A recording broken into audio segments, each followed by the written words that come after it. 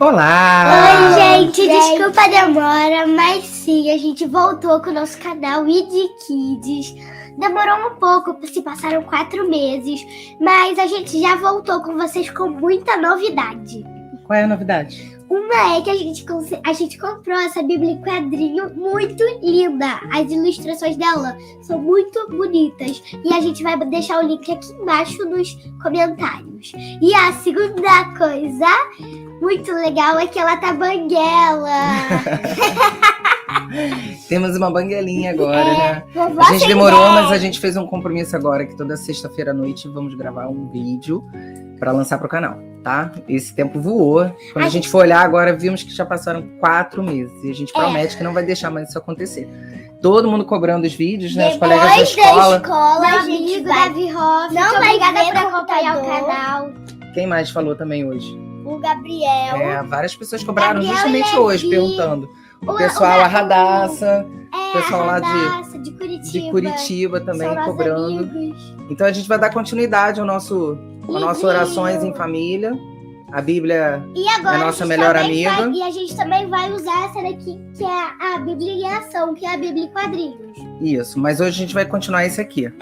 E estamos no episódio 7. Da 7ª semana que a gente já faz. Isso, Né? vamos começar então fazendo uma oração? Sim. Quem quer orar? Pode ser ela então. Então vamos orar para Deus abençoar a nossa live. Vai. Senhor Deus, obrigado por essa noite.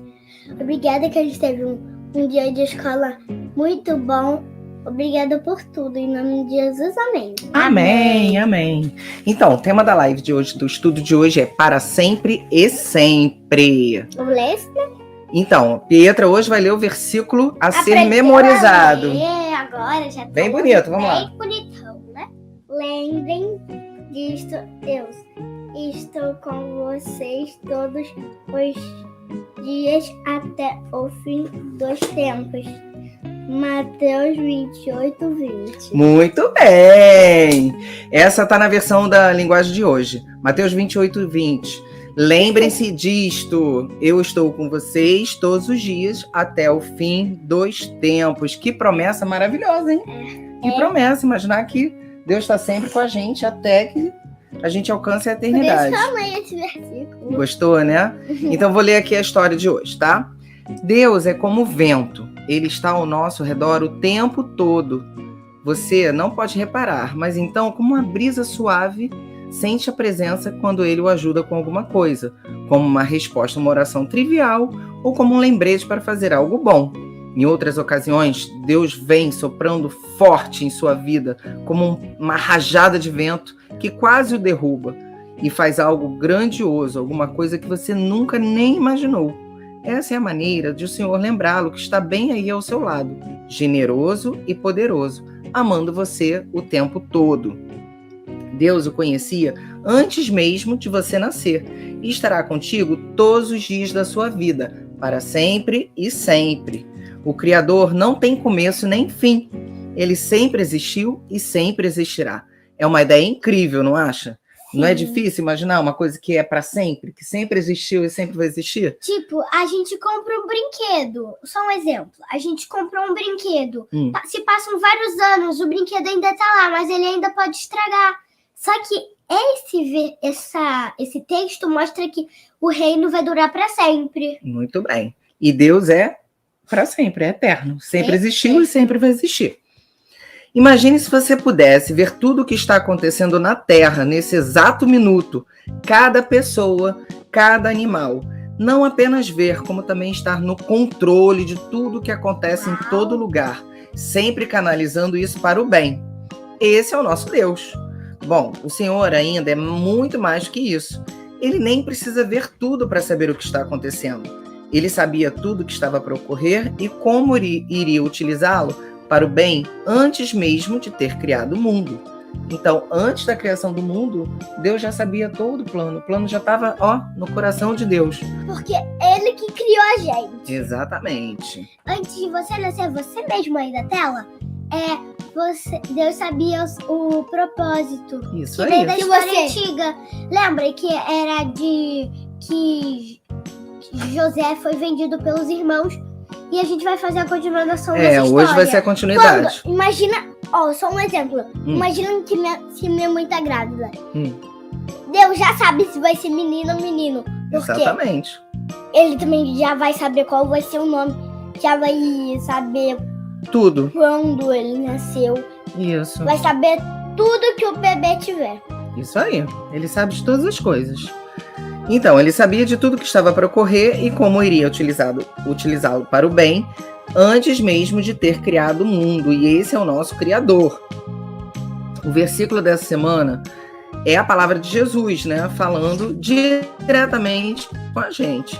Ele começa com uma palavra importante. Lembrem. O Senhor quer que nos lembremos que Ele está ao nosso lado o tempo todo. Quando você se levanta pela manhã, o Senhor está lá.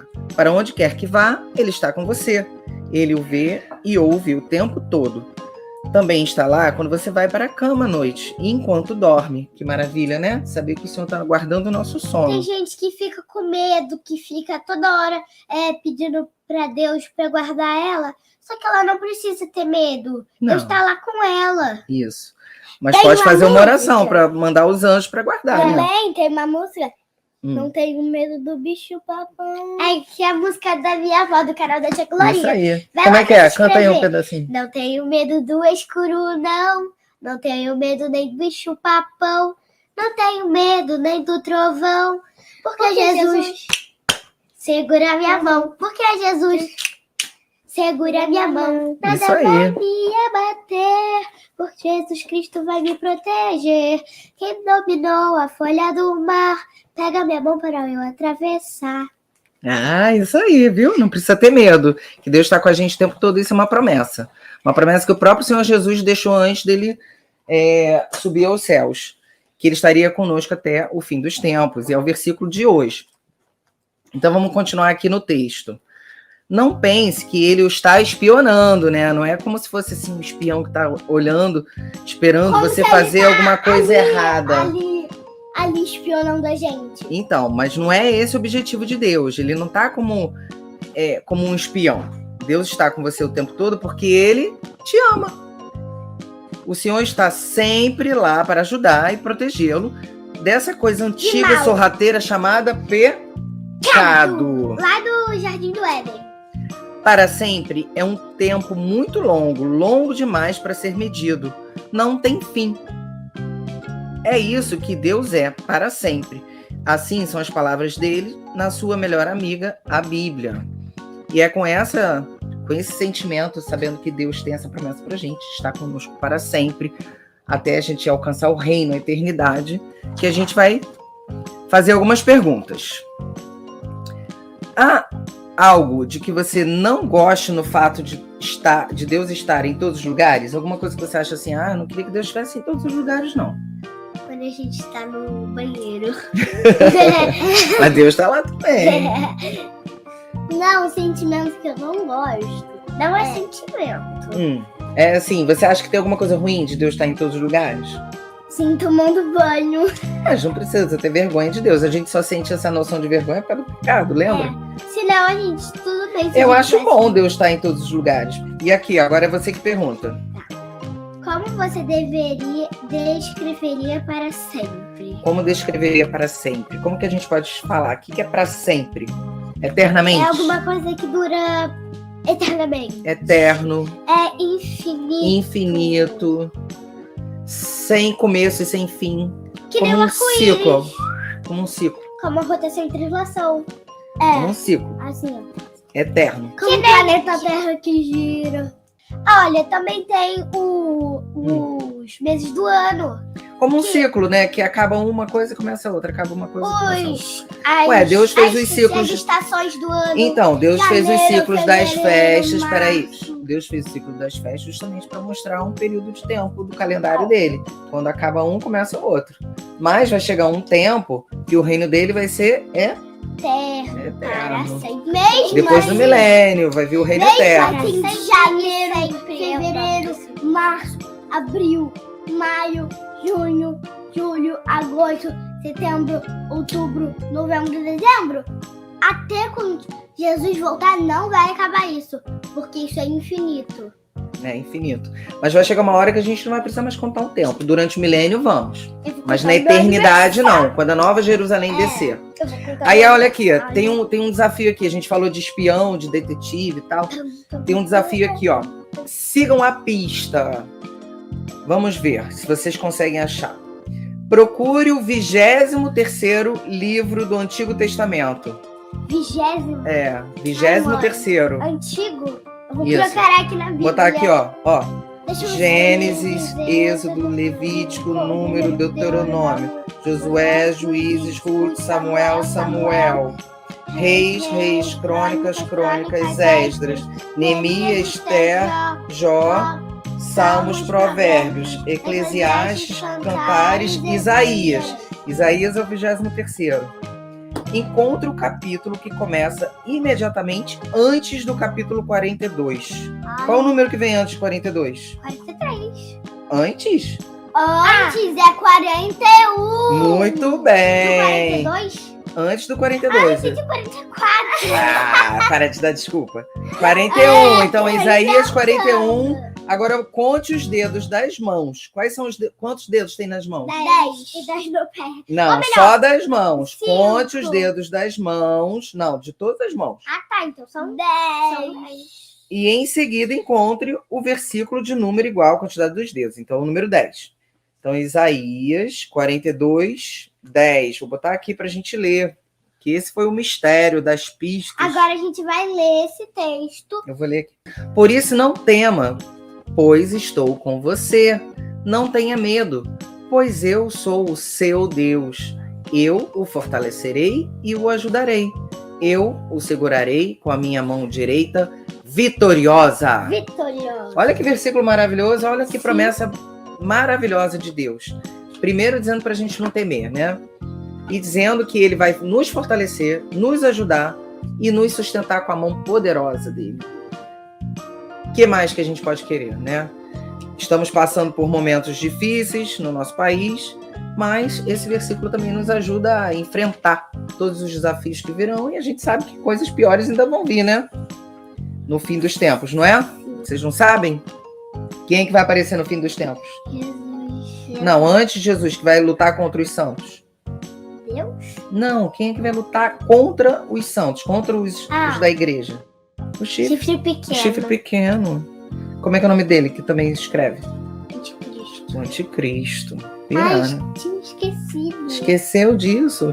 Então, quando esses tempos começarem a assolar a gente tem que se lembrar disso, né? Pra gente não ter medo. Não ter medo. Porque quem prometeu que estaria com a gente todos os dias até o fim dos tempos?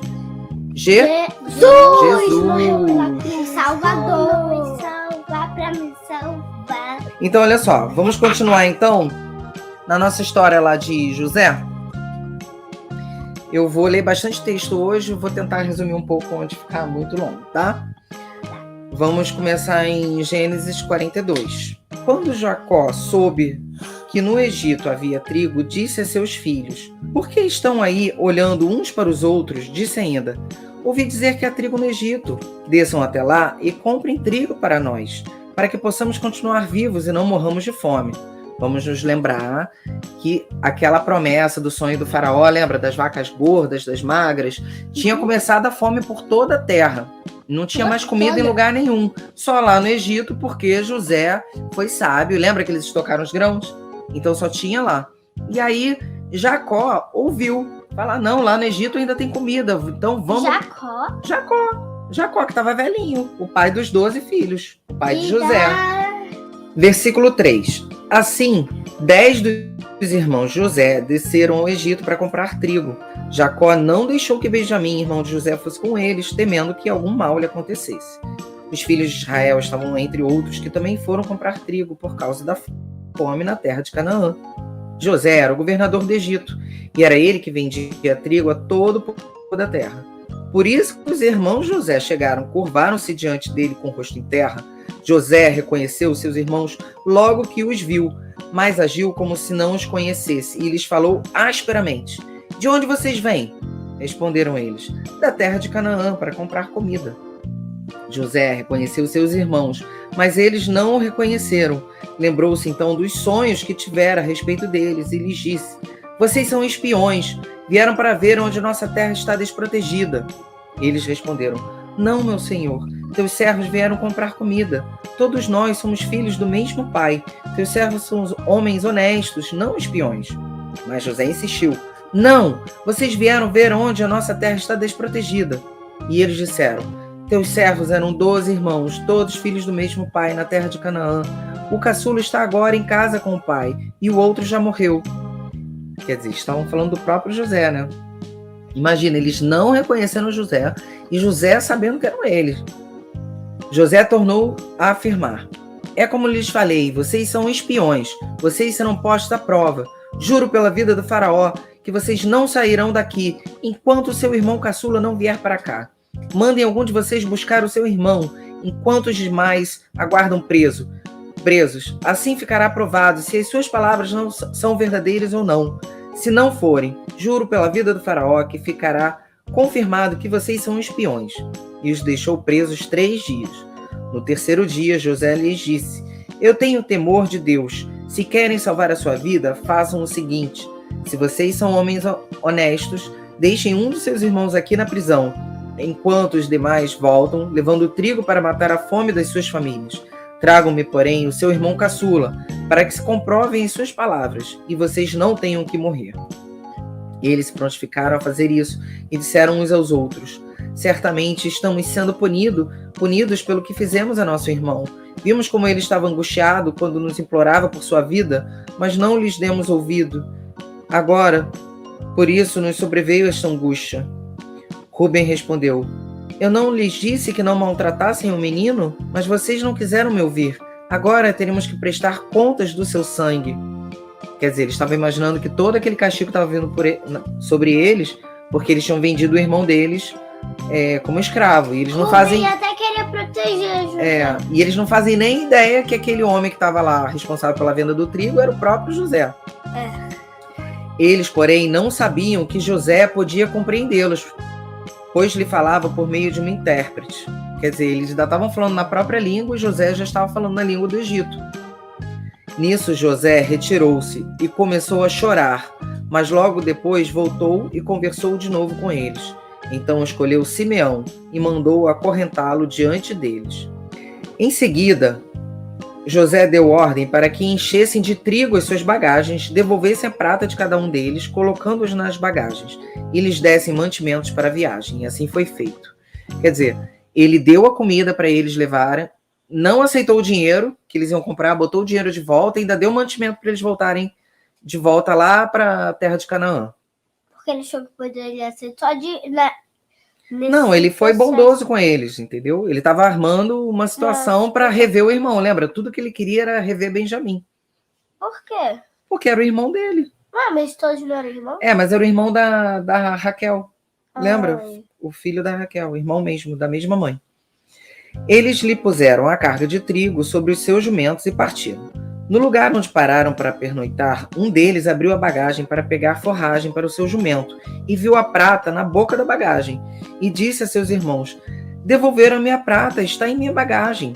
Tomados de pavor em seu coração e tremendo, disseram uns aos outros: Que é isso que Deus fez conosco? Ao chegarem à casa de seu pai Jacó, na terra de Canaã, relataram tudo o que lhes acontecera, dizendo: O homem que governa aquele país falou asperamente conosco e nos tratou como espiões.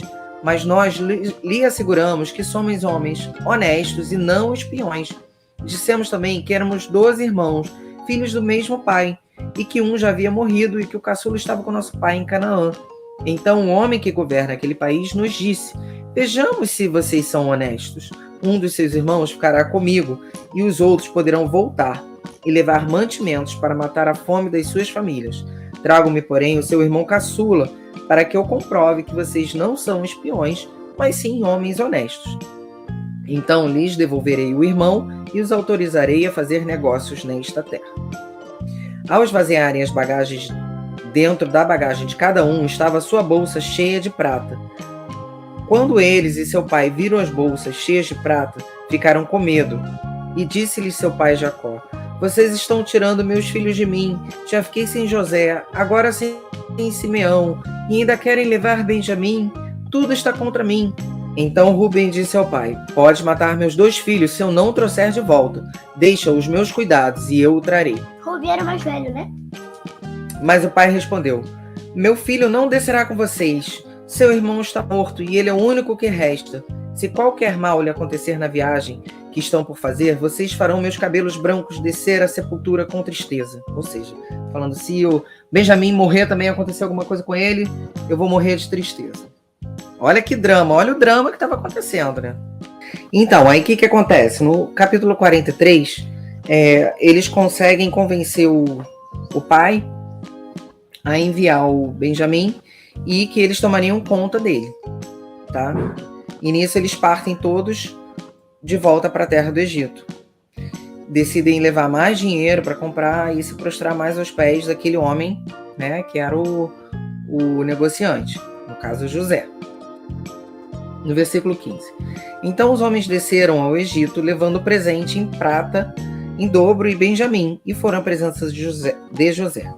Quando José viu Benjamim com eles, disse ao administrador de sua casa: leve estes homens à minha casa, mate um animal e prepare-o, e eles almoçarão comigo ao meio-dia. Ele fez o que lhe fora ordenado e levou-os à casa de José. Eles ficaram com medo quando foram levados à casa de José e pensaram: trouxeram-nos aqui por causa da prata que foi devolvida às nossas bagagens na primeira vez. Ele quer atacar-nos, subjugar-nos, tornar-nos escravos e tomar de nós os nossos jumentos. Por isso dirigiram-se ao administrador da casa de José e disseram à entrada da casa: ouça, senhor, a primeira vez que viemos aqui foi realmente para comprar comida. Mas no lugar em que paramos para pernoitar, abrimos nossas bagagens e cada um de nós encontrou a prata que tinha trazido, na quantia exata. Por isso a trouxemos de volta conosco, além de mais prata para comprar comida. Não sabemos quem pôs a prata em nossa bagagem. Fiquem tranquilos, disse o administrador. Não tenham medo. O seu Deus, o Deus do seu pai, foi quem lhes deu um tesouro em suas bagagens, porque a prata de vocês eu recebi. Então soltou Simeão e o levou à presença deles. Em seguida, os levou à casa de José. Deu-lhes água para lavarem os pés e forragem para os seus jumentos. Eles, então, prepararam o presente para a chegada de José ao meio-dia, porque ficaram sabendo que iriam almoçar ali. Quando José chegou, eles o presentearam com o que tinham trazido e curvaram-se diante dele até o chão. Ele, então, lhes perguntou como passavam e disse em seguida: como vai o pai de vocês, o homem idoso de quem me falaram? Ainda está vivo?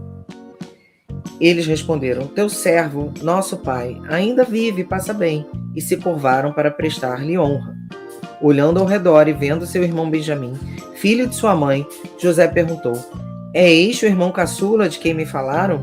E acrescentou: Deus lhe conceda graça, meu filho.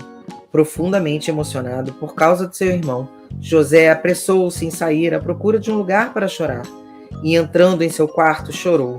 Depois de lavar o rosto, saiu e, controlando-se, disse: sirvam comida. Serviram a ele em separado de seus irmãos e também dos egípcios que comiam com ele, porque os egípcios não podiam comer com os hebreus, pois era sacrilégio para eles. Seus irmãos foram colocados à mesa. Como assim, sacrilégio? Era como se estivesse ofendendo o que eles consideravam sagrado, os deuses egípcios. Eles não aceitavam se misturar. Seus irmãos foram colocados à mesa perante ele por ordem de idade, do mais velho ao mais moço, e olhavam perplexos uns para os outros. Então lhes serviram da comida da mesa de José, e a porção de Benjamim era 5 vezes maior do que a dos outros.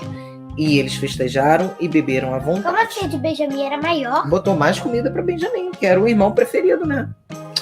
E aí o que acontece? Quando José manda eles de volta, ele arma um plano. Ele pega a sua taça de prata e manda botar na bagagem do Benjamim. E quando eles estão se despedindo, né, com a comida, com os mantimentos que eles tinham comprado, o soldado dele vai lá e acha aquela taça. E aí eles falam: o que vocês fizeram? Me pagaram, né, o mal, o bem com o mal? E eles falam: não, imagina. Ele fala: não, roubaram minha taça. Então, com quem tiver a taça, você pode punir. E com quem estava a taça? Benjamim. Com Benjamim. É o irmão dele. Aí eu vou ler aqui do versículo 44, do capítulo 44, versículo 11. Cada um deles descarregou depressa sua bagagem e abriu-a. O administrador começou então a busca, desde a bagagem do mais velho até a do mais novo, e a taça foi encontrada na bagagem de Benjamim.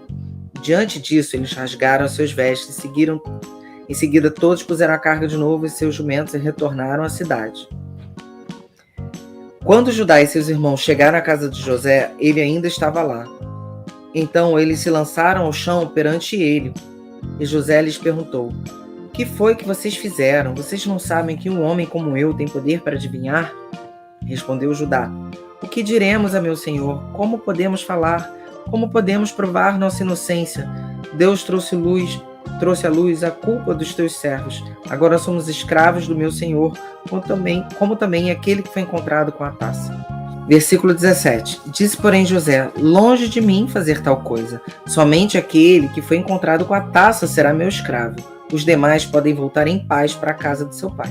Você vê que ele tinha um plano, né, de pegar Benjamim, especificamente o seu irmão. Mas o Benjamim não era mais novo? Era o mais novo, só que ele botou de propósito na bagagem do Benjamim, que era o irmão da mesma mãe. O irmão da mãe dele. Mas por que? Filho da mãe dele, isso que eu quis dizer. Então, era o que ele estava no coração. Você vai ver. Você não lembra o que vai acontecer? Então Judá dirigiu-se a ele dizendo: por favor, meu senhor, permite-me dizer-te uma palavra. Não se acenda a tua ira contra o teu servo, embora sejas igual ao próprio faraó. Meu senhor perguntou a estes servos se ainda tínhamos pai e algum outro irmão. Nós respondemos: temos um pai já idoso, cujo filho caçula nasceu-lhe em sua velhice. O irmão deste já morreu, e ele é o único filho da mesma mãe que restou, e seu pai o ama muito. Então disseste aos teus servos que o trouxessem a ti, para que os teus olhos pudessem vê-lo. E nós respondemos a meu senhor que o jovem não poderia deixar o seu pai, pois caso o fizesse, seu pai morreria. Todavia disseste a teus servos que se nosso irmão caçula não viesse conosco, nunca mais veríamos a tua face. Quando voltamos a teu servo, a meu pai, contamo-lhes o que meu senhor tinha dito. Quando o nosso pai nos mandou voltar para comprar um pouco mais de comida, nós lhes dissemos: só poderemos voltar lá se nosso irmão caçula for conosco, pois não poderemos ver a face daquele homem, a não ser que nosso irmão caçula esteja conosco. Teu servo, meu pai, disse: vocês sabem que minha mulher me deu apenas 2 filhos, um deles se foi. E eu disse: com certeza foi despedaçado, e até hoje nunca mais o vi. Se vocês também levarem este de mim, e algum mal lhe acontecer, a tristeza que me causarão fará com que os meus cabelos brancos desçam à sepultura. Agora, pois, se eu voltar a teu servo, meu pai, sem levar o jovem conosco, logo que meu pai, que é tão apegado a ele, perceber que o jovem não está conosco, morrerá. Teus servos farão seu velho pai descer os seus cabelos brancos à sepultura com tristeza. Além disso, teu servo garantiu a segurança do jovem a seu pai, dizendo: se eu não lhe trouxer de volta, suportarei esta culpa diante de ti pelo resto da minha vida. Por isso, agora te peço, por favor, deixe o teu servo ficar como escravo do meu senhor no lugar do jovem, e permite que ele volte com seus irmãos.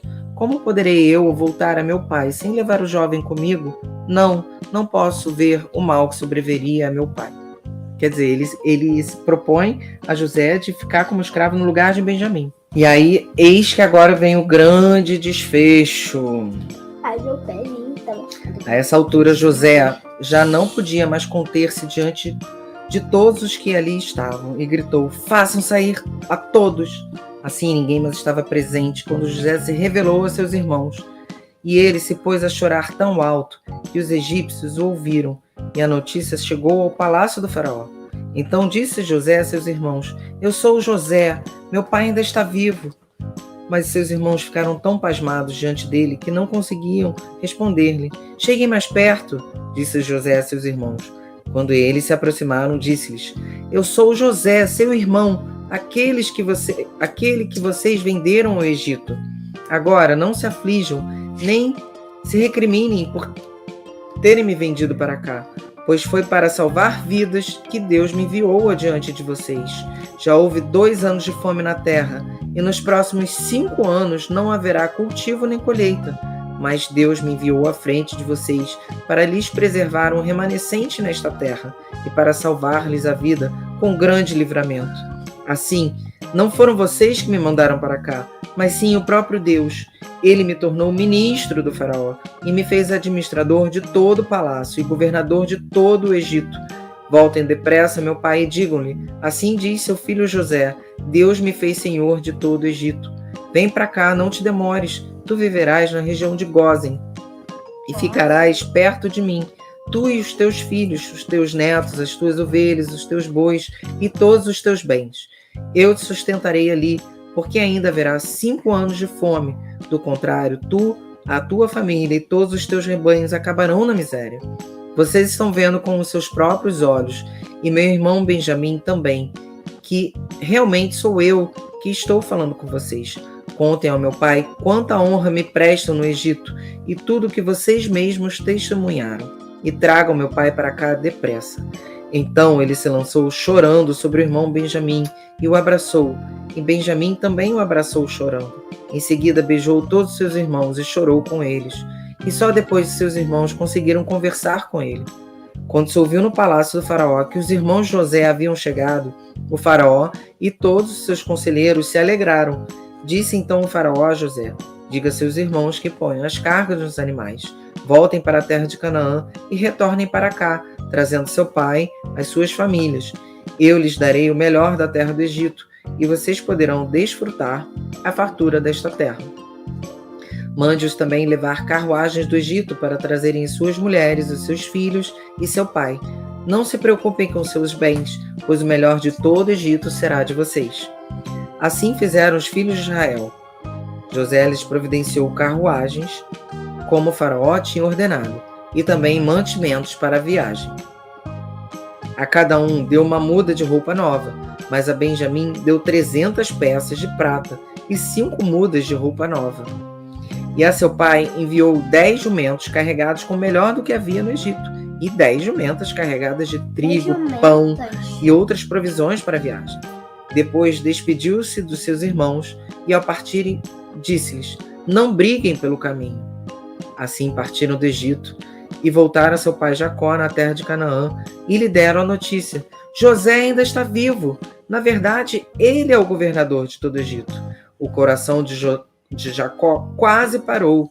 Não podia acreditar neles, mas quando lhes relataram tudo o que José lhes dissera, e vendo Jacó, seu pai, as carruagens que José enviara para buscá-lo, seu espírito reviveu. E Jacó disse, basta, meu filho José ainda está vivo, irei vê-lo antes que eu morra. E assim, Jacó foi com toda a sua família, todos foram para a terra do Egito, foram todas, as mulheres, todos os filhos, Raquel descendentes, netos. Não, a Raquel morre no parto do Benjamim, lembra? Por isso que ele era tão querido, que era a esposa que ele amava, lembra? Gênesis 46, versículo 1. Israel partiu com tudo que lhe pertencia. Ao chegar a Berseba, ofereceu sacrifícios ao Deus de Isaque, seu pai. E Deus falou a Israel por meio de uma visão noturna. Jacó, Jacó. Lembra que Israel é outro nome de Jacó, né? Eis-me aqui, respondeu ele. Eu sou Deus, o Deus do seu pai. Não tenha medo ao descer ao Egito, Isaac, né? porque lá farei de você uma grande nação. Eu mesmo descerei ao Egito com você, e certamente o trarei de volta, e a mão de José fechará os seus olhos. Então Jacó partiu de Berseba. Os filhos de Israel levaram seu pai Jacó, seus filhos, as suas mulheres nas carruagens que o faraó tinha enviado. Também levaram os seus rebanhos e os bens que tinham adquirido em Canaã. Assim foi Jacó para o Egito com toda a sua descendência. Levou consigo para o Egito seus filhos, seus netos, suas filhas, netas, isto é, todos os seus descendentes. Versículo 26. Todos os que foram para o Egito com Jacó, todos os seus descendentes, sem contar as mulheres e seus filhos, totalizaram 66 pessoas, com mais os 2 filhos que nasceram a José no Egito. Os membros da família de Jacó que foram para o Egito chegaram a 70. E você vê que a partir dessa promessa de com apenas 70 membros vai se formar uma grande nação, Eu só quero que vocês pensem o seguinte, olha que história fantástica, que parece um filme, né? Que Presta demora atenção. ainda só pra aprender a coisa de Deus. Sim, mas presta atenção. Olha como é que Deus agiu. E ainda Com julga. 12 filhos, um preferido pelo pai que tinha lá aquela túnica, os irmãos com inveja, vendem ele fica preso, lembra? Aí ele interpreta os sonhos, aí Faraó constitui ele como governador de todo o Egito. E aí vem a fome, como realmente o sonho de Faraó dizia, eles conseguem se manter. Os irmãos vão até ele. E aquele sonho que ele teve lá no início, do pai se prostrando, lembra? O sol, a luz se prostrando, os feixes, lembra? Se cumpre nesse momento. Pelo um plano, um propósito de Deus, como ele mesmo entende. E explica que, parecendo todo aquele mal, na verdade, Deus tinha providenciado esse escape para que, a partir dessas 70 pessoas, criasse uma grande nação. E como a gente comentou aqui, né, de Judá, a partir da tribo de Judá, quem é que vai nascer? Quem é o leão da tribo de Judá? Jesus vai vir dessa família. Então, assim, a família Por isso que eu sempre de falo Jacó... leão de Judá. Isso, a família de Jacó não podia morrer de fome lá na terra de Canaã. Você percebe que Deus está providenciando o escape para eles? Entendeu? E agora vamos ler aqui, então. Gênesis 50, versículo 15. Vendo os irmãos de José que seu pai havia morrido, disseram: e se José tiver rancor contra nós e resolver retribuir todo o mal que lhe causamos? Então mandaram um recado a José, dizendo: antes de morrer, teu pai nos ordenou que te disséssemos o seguinte: peço-lhe que perdoe os erros e pecados de seus irmãos, que o trataram com tanta maldade. Agora, pois, perdoa os pecados dos servos do Deus do teu pai. Quando recebeu o recado, José chorou. Depois vieram seus irmãos, prostraram-se diante deles e disseram: aqui estamos, somos teus escravos.